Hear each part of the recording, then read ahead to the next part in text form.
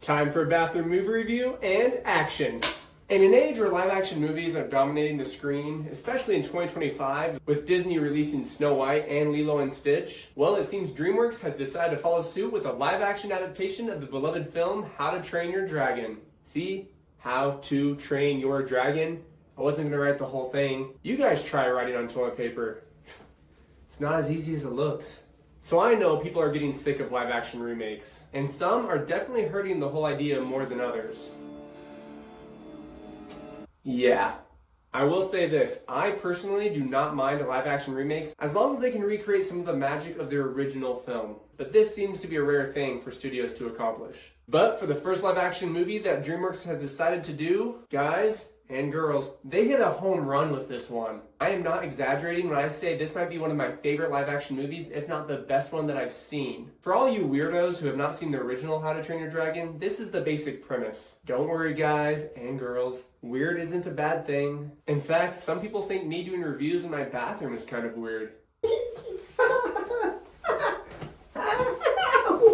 But we all know it's cool, but to each their own. The story follows Hiccup, the son of a Viking chief who lives on an island called Berk. It follows Hiccup's story as he tries to figure out his place in a war between Vikings and dragons. After capturing a rare dragon called the Night Fury with one of his gadgets, Hiccup begins to realize there is more than meets the eye to dragons. Sorry, wrong franchise quote. But it's true! There is more than meets the eye, especially to the dragon that he caught, which he names Toothless. Well, Hiccup and Toothless become quick friends and work together to try to bring both species together and stop the war. It's kind of like Romeo and Juliet, except they're not in love. Well, I mean, they are, but platonically. I mean, there's no intimate scenes. Well, I mean, they do hug. Okay, it's just not a bestiality movie, alright? Not into that. And you shouldn't be either. So I guess it's not like Romeo and Juliet. But you guys are sick if you thought it was the same in those other ways. Though it does have me thinking, what would a dragon-human hybrid look like? Anyways, Disney, take notes because DreamWorks is coming for you. What I really loved about this film is they did not try to recreate the wheel. They simply retold the story but added some more emotional depth at times, as well as top-of-the-line visuals, and I mean top of the line. Probably the best out of any live-action remake I've seen, as well as up there with some of the best CGI films. Now here's the thing, live action is a very tough cookie to crack. Is that a saying? I know there's something like that. Well, it is now. So you have half the fan base saying, don't do everything the same. We've seen that movie. Mix it up. Change some things. But then you have the other half saying, what are you thinking? Don't change anything. The reason the original was so beautiful and fantastic is because it's the way it is. Keep it that way.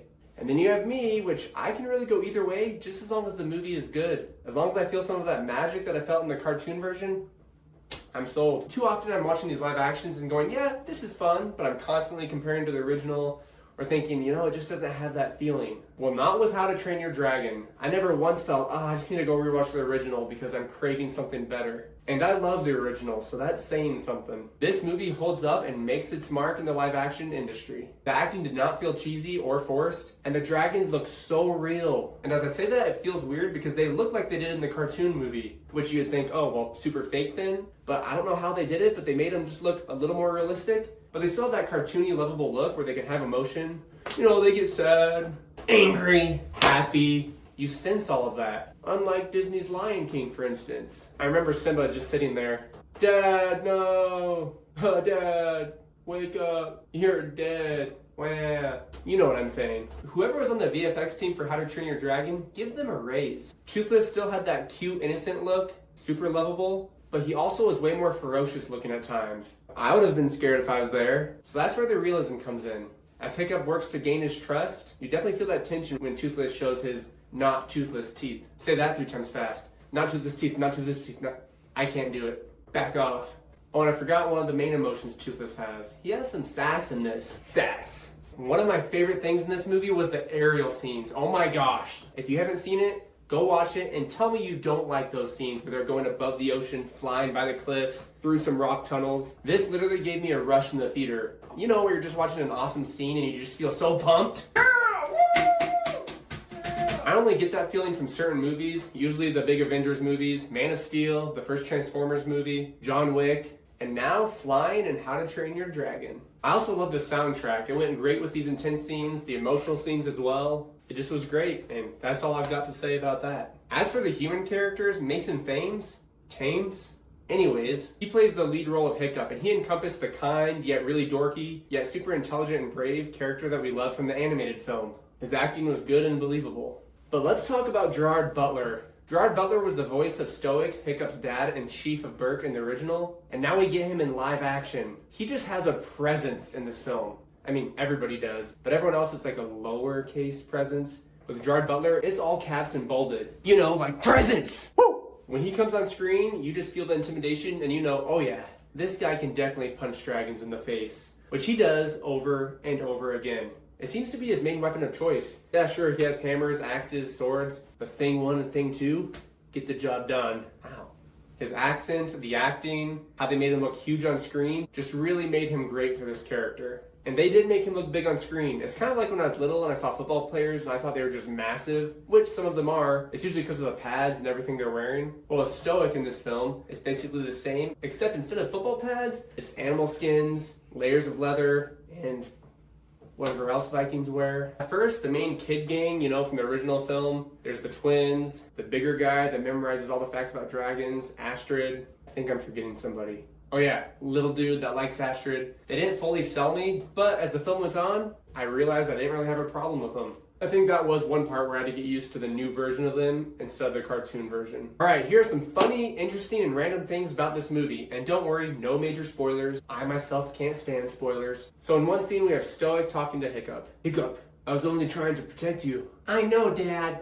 What I actually want Hiccup to respond with was, I know, Dad. I mean, it would have been nice if you didn't bully me and pick on me in front of the whole town my whole life, because now they all hate me and pick on me and say I'm useless. But I know you were trying to protect me. Then again, don't get me wrong. Maybe if Stoic had gone easier on Hiccup, Hiccup wouldn't be this bomb dragon rider that knows how to tame dragons. And on another note, does Toothless know that his new best friend Hiccup is the reason he lost part of his tail? Wouldn't that be an awkward conversation? Toothless, I know you're really happy, man, that I made you this tail and you think I'm just great. Well, here's the funny thing, man. I think our pal Hiccup would cause Toothless some hiccups. Because he ate him. And one more fact, and I thought this was kind of funny. During training, just like in the animated film, when they're fighting the dragons and learning how to become dragon fighters, warriors, Vikings, Astrid's running towards some weapons and she randomly does a cartwheel and backflip to get to where the spears are. There wasn't really a need, she wasn't dodging anything. Maybe it's just an intimidation factor. I mean, I get that. When I go into my day job, I always walk in, pump my chest a few times, pop my collar, and I crunch some numbers on the keyboard,